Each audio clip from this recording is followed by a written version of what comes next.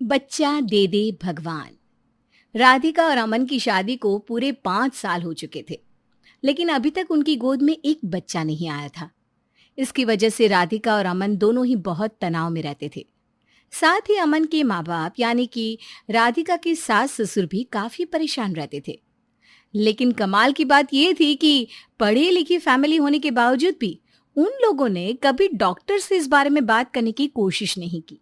राधिका और अमन दोनों ही अच्छी कंपनी में नौकरी करते थे। 5 साल बीत जाने के बाद जब उनकी गोद में कोई संतान नहीं आई तो राधिका की सास उसे ताने मारने लगी।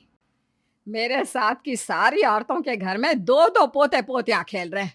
एक मुझे देखो, खेलना तो दूर, मेरे तो घर के आंगन में किसी बच्चे की खिलकारी तक नहीं गूंजी आज तक। भगवान जाने क्या लिखा है हमारी किस्मत में। सही कहती हो, लेकिन कर भी क्या सकते हैं। अरे करना क्या है, कोई ना कोई उपाय तो करना ही पड़ेगा ना। इस तरह तो हमारा वंश खत्म हो जाएगा। इकलौता बेटा है हमारा अमन, अगर उसकी कोई औलाद नहीं हुई तो हमारे परिवार का तो नाम यहीं कहीं खत्म हो जाएगा। अब मम्मी, इसमें राधिका की क्या गलती? कभी कभी कुछ कपल्स के साथ ऐसा होता है कि उनके बच्चे नहीं होते, और शायद हमारे साथ भी ऐसा ही होगा। नहीं, बिल्कुल नहीं। कल ही मेरी एक सहेली का फोन आया था। जब मैंने उसे बताया तो उसने मुझे एक औरत का पता बताया। अरे हमारे ही शहर में रहती है। ऐसी दवाई देती है कि 2 महीने में ही बहू की प्रेगनेंसी की खबर आ जाएगी। मम्मी जी, ऐसी भी कोई दवाई होती है क्या कि जिससे बच्चा हो जाए? अच्छा, तो फिर आपने मुझे पहले क्यों नहीं बताया? अरे मुझे क्या पता था, बहुत सालों के बाद अपनी सहेली से बात कर रही थी। अब उसने मुझे जैसे ही बताया मैंने उसका पता ले लिया। आज दोपहर को ही मैं तुम्हें वहां पर लेकर चलूंगी। मम्मी जी, इन सब बातों पर हमें भरोसा करना चाहिए क्या? अरे राधिका, एक तो वैसे ही कुछ हो नहीं रहा, एक बार ट्राई करने में क्या बुराई है? चली जाओ ना मम्मी के साथ। दोपहर के वक्त राधिका अपनी सास के साथ एक औरत के घर जाती है। देखिए बहन जी, मेरी बहू को कोई बढ़िया सी दवाई दे दीजिए। उसे बच्चे की बहुत चाहत है और मैं भी चाहती हूँ कि मेरे घर में कम से कम एक पोता पोती आ जाए। देखो बेटा, इस पुड़िया में दवाई है। जब भी अपने पति के पास जाओ ना, तो पानी के साथ पहले दवाई खा लेना, फिर देखना 1 साल के अंदर तुम्हारी गोद में एक नहीं 2-2 बच्चे खेलेंगे। क्या आप सही कह रही हैं आंटी जी? क्या ऐसा पहले किसी के साथ हुआ है? अरे ऐसे ही नाम नहीं हुआ मेरा। दुनिया भर की बांझ औरतें आती हैं मेरे पास मुंह लटका के और जाती है खुशी खुशी। आज तक ऐसी कोई औरत नहीं जिसको मेरी दी हुई दवाई से बच्चा ना हुआ हो। ठीक है आंटी जी, अगर आप कहती हैं तो मैं आपकी बात मान लेती हूँ। और फिर कुछ दिनों के बाद राधिका वो दवाई लेना शुरू कर देती है। उसे दवाई लेते हुए अभी 15 दिन बीते थे कि एक दिन सुबह के वक्त राधिका को जोर जोर से उल्टी होने लगती है। अरे वाह, लगता है उस औरत की दवाई काम कर गई। हमारी बहू के पैर शायद भारी है। हाँ, सही कह रही हो। इस तरह सुबह सुबह तो उसने कभी उल्टी नहीं की। लगता है अब मैं जल्दी ही दादा बन जाऊंगा। राधिका, क्या हुआ? कोई खुशखबरी है क्या? तुम बता रही थी ना कि तुमने उस औरत की दी हुई दवाई खाना शुरू कर दिया है।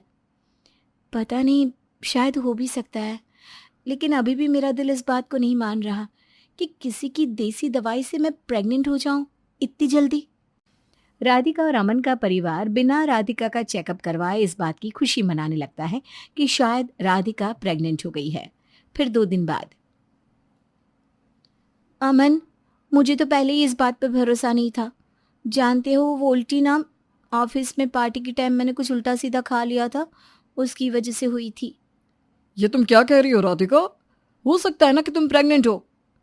नहीं अमन, ऐसा नहीं है। आज सुबह ही मेरे पीरियड्स आ गए हैं। ये बात तुमने मम्मी को बताई या नहीं? बता दी है, और वो सुबह से ही बहुत परेशान है। फिर कुछ महीने इसी तरह निकल जाते हैं और राधिका की सास एक दिन फिर से राधिका को अपने पास बुलाती है। राधिका, बेटा जरा इधर तो आना। क्या हुआ मम्मी जी? कुछ जरूरी काम था क्या? बेटा देखो, ये ना बहुत बड़े तांत्रिक महाराज हैं। बड़ी मुश्किल से हमारे घर आने को तैयार हुए हैं। पैर छुओ बेटा उनके। लेकिन आपने इनको यहाँ क्यों बुलाया है मम्मी जी? बहू, इनके आशीर्वाद से हमारे घर में जल्दी एक छोटा सा बच्चा आ जाएगा। बहुत सुना है इनके बारे में, हमने सोचा एक बार कोशिश करके देखते हैं।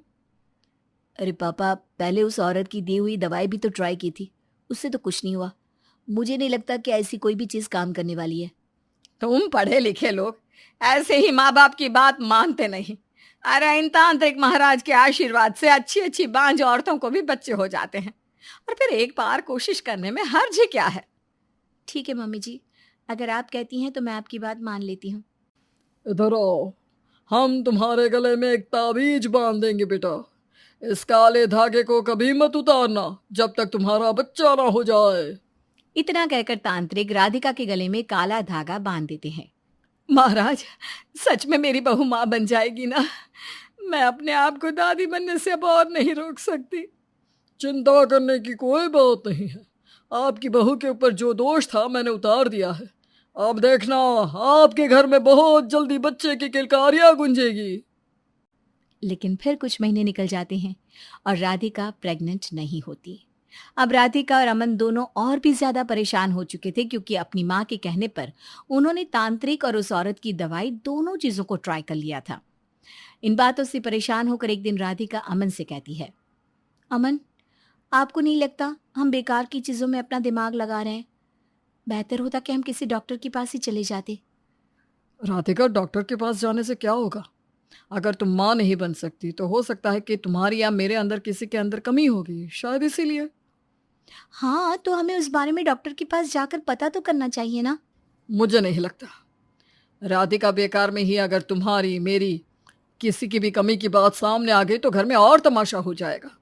रहने दो। और वैसे भी मम्मी कोशिश कर रही है ना। मम्मी जी जो कोशिश कर रही है वो अपनी जगह ठीक है, लेकिन फिर भी मैंने कहा ना राधिका, मैं नहीं चाहता कि तुम्हारे और मेरे शरीर की कोई भी प्रॉब्लम सबके सामने आए और फिर हमारा मजाक बने। इस तरह से अमन राधिका की डॉक्टर के पास चलने की बात मानने से मना कर देता है। कुछ दिनों के बाद राधिका की सास की दूर के रिश्तेदार उनके घर आती है। जब उन्हें राधिका की परेशानी के बारे में पता चलता है तो वो राधिका से कहती है, अरे बहू, इतना परेशान होने की कोई ज़रूरत नहीं है। वो हमारे शहर में पहाड़ी पर जो मंदिर है ना, उस मंदिर का बहुत नाम है। तुम्हारे पेट पर वहाँ भभूत लगवा कर आओ एक बार। वहाँ बैठी पुजारी के हाथ से लगवाना, बस फिर देखना चमत्कार होगा, चमत्कार। नहीं नहीं, ऐसे बहुत सारे तरीके हम पहले ही अपना चुके हैं और मुझे नहीं लगता कि हम ऐसा कुछ करना चाहिए। अभी मैं ऑफिस जा रही हूँ, इसके बारे में हम बाद में सोचेंगे। राधिका जैसे ही अपने ऑफिस पहुंचती है, उसके चेहरे पर परेशानी देखकर उसकी सहेली दीपिका उससे कहती है, क्या हुआ? बहुत परेशान लग रही हो।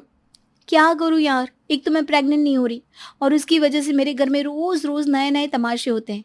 कभी तांत्रिक, कभी किसी देसी दवाई, और अब एक रिश्तेदार ने आकर एक मंदिर का पता बताया है। कह रही थी वहां जाकर पेट पर भभूत लगवाने से मुझे बच्चा हो जाएगा।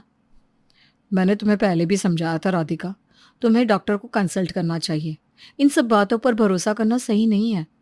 मैंने अपने घर में सबको समझाने की कोशिश की दीपिका, लेकिन कोई मेरी बात सुनने को तैयार ही नहीं है।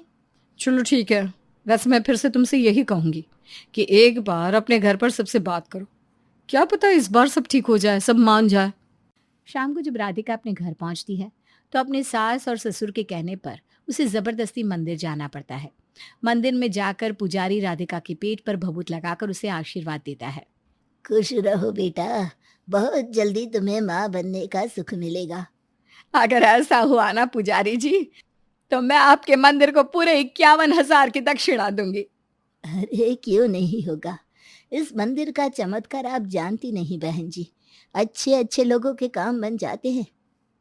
मैंने तो पहले ही कहा था, अगर पहले ही बहू को यहाँ ले आते तो आज बच्चा 5 साल का होता। आप लोगों ने बहुत देर कर दी बहन जी। उसके बाद कुछ महीने फिर से बीत जाते हैं, लेकिन राधिका की गोद में बच्चा नहीं आता। अब परेशान होकर राधिका एक दिन अमन को जबरदस्ती हॉस्पिटल लेकर जाती है। देखिए, मैंने आप दोनों का चेकअप कर लिया है और अच्छी बात यह है कि आप दोनों के अंदर किसी तरह की कोई प्रॉब्लम नहीं है। अगर हम दोनों में कोई प्रॉब्लम नहीं है डॉक्टर, तो फिर राधिका अब तक माँ क्यों नहीं बनी? सारी बात जानने के बाद अब तक जो समझ में आया है वो ये है कि शायद आप दोनों ही इस बात को लेकर ज़्यादा स्ट्रेस में रहते हैं कि आप माँ बाप नहीं बन सकते, और शायद आप जॉब भी करते हैं। जी डॉक्टर, हम दोनों ही जॉब करते हैं और प्राइवेट जॉब। आप समझ सकते हैं कि कितना स्ट्रेस रहता होगा। तो आप जानते नहीं कि आज की डेट में ऐसे कई कपल्स हैं जिनको कोई फिजिकल प्रॉब्लम नहीं होती, लेकिन या तो टाइम नहीं मिलता या स्ट्रेस में रहता है, और इसी वजह से माँ बाप नहीं बन पाते। डॉक्टर साहब, आपकी बात कुछ कुछ समझ में आ रही है। वैसे आपकी पत्नी ने बताया कि आप काफ़ी सारे देसी तरीके भी ट्राई कर चुके हैं। देखिए, इन सबसे कुछ नहीं होता। प्रेगनेंसी और बच्चा होना एक तरह का बायोलॉजिकल प्रोसेस है। इसमें किसी चमत्कार से काम नहीं होता। मैं आपको कुछ दवाइयाँ देता हूँ और आपको कुछ दिन के लिए कहीं घूमने जाना चाहिए। उसके बाद आपको पक्का खुशखबरी मिल जाएगी। और फिर ऐसा ही होता है। राधिका और अमन जॉब से कुछ दिन की छुट्टी लेते हैं और घूमने जाते हैं। और कुछ महीनों के बाद राधिका की माँ बनने की खबर आती है।